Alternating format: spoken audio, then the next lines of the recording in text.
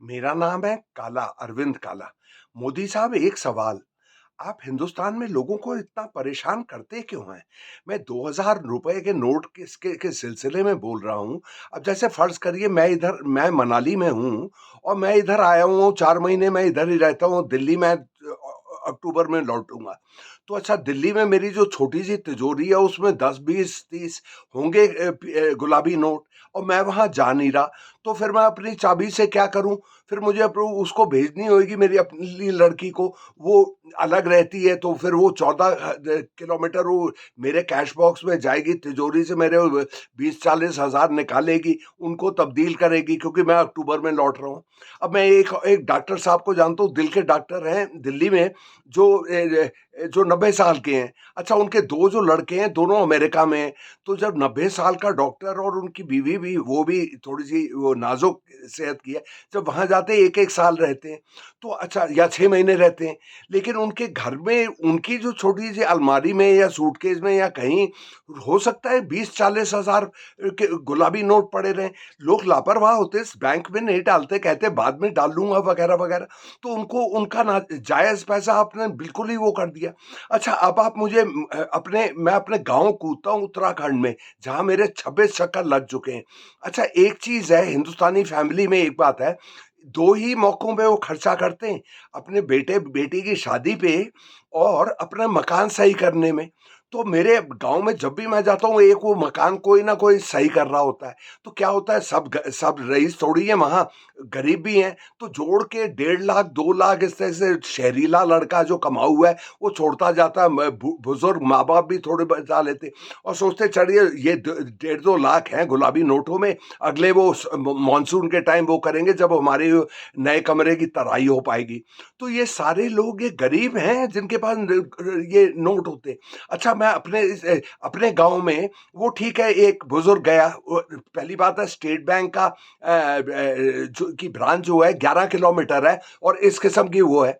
अच्छा, वो चला तो गया बुज़ुर्ग, वापस कैसे आएगा? बस ही नहीं है।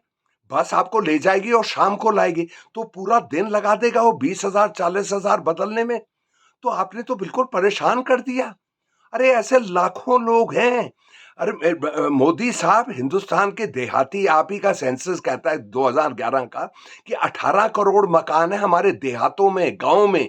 और एक गाँव में एक हर कुटुंब की, हर घर वालों की ये एक आरज़ू रहती है कि घर ठीक कर दें, एक कमरा जोड़ लें या बाथरूम जोड़ लें या पक्की छत बना दें, पक्के ये।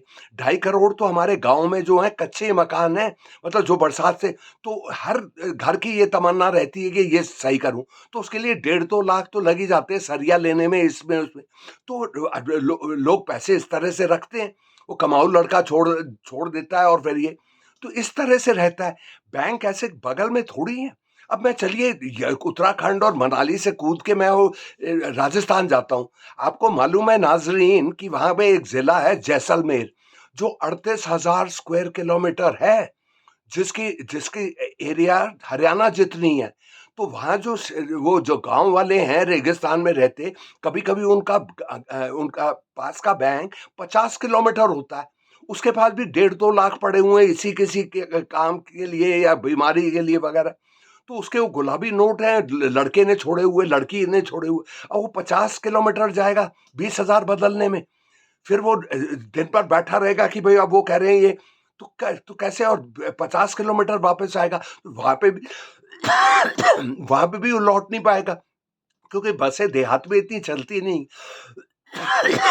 ये पूरे के पूरे हिंदुस्तान में इतनी परेशानी पैदा कर दी, क्योंकि ये जायज़ पैसा होता है, वो नाजायज़ उन्होंने कह दिया। एक फरमान इश्यू किया कि 30 सितंबर के बाद ये नहीं होएगा। अरे भाई मोदी साहब, आप देखिए बाकी मुल्क कैसे करते हैं, वो भी डिमोनेटाइज करते। पिछले साल देखिए इंग्लैंड में 20-20 पाउंड के नोट और 50 पाउंड के नोट उन्होंने वापस ले लिए और कहा कि हम नए छाप रहे हैं, और कि ये 30 सितंबर तक वहाँ पे भी जायज़ होंगे। लेकिन उसके बाद ऐसा थोड़ी है कि उनके पुराने नोट नाजायज़ होते।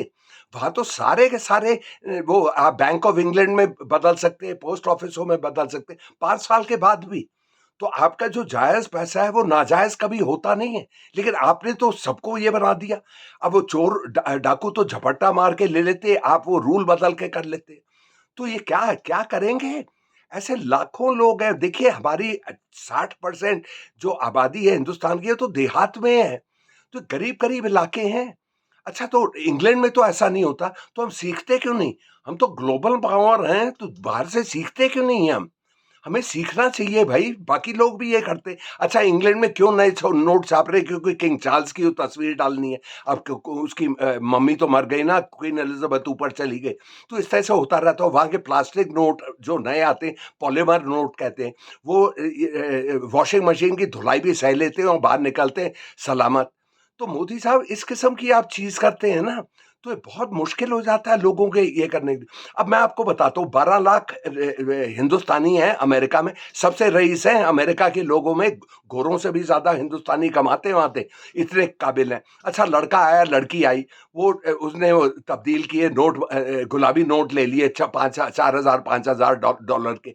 अच्छा, ऐसा हुआ जब वो वापस लौटा, लड़का या लड़की लौटी, तो उन्होंने कहा, यार 1,000 डॉलर रह गए हैं हमारे हिंदुस्तानी पैसे, अगली दफ़ा हम खर्च लेंगे। या कोई रिश्तेदार माँ बाप आएंगे तो उनको एक तोहफा दे देंगे हम, उनको पैसे का ही तोहफा दे देंगे। अब वो उनके लिए मोदी साहब ने उन्हें कहा, ठन ठन गोपाल, ये आपका पैसा एनआरआई भाई साहब, ये अब जायज नहीं है।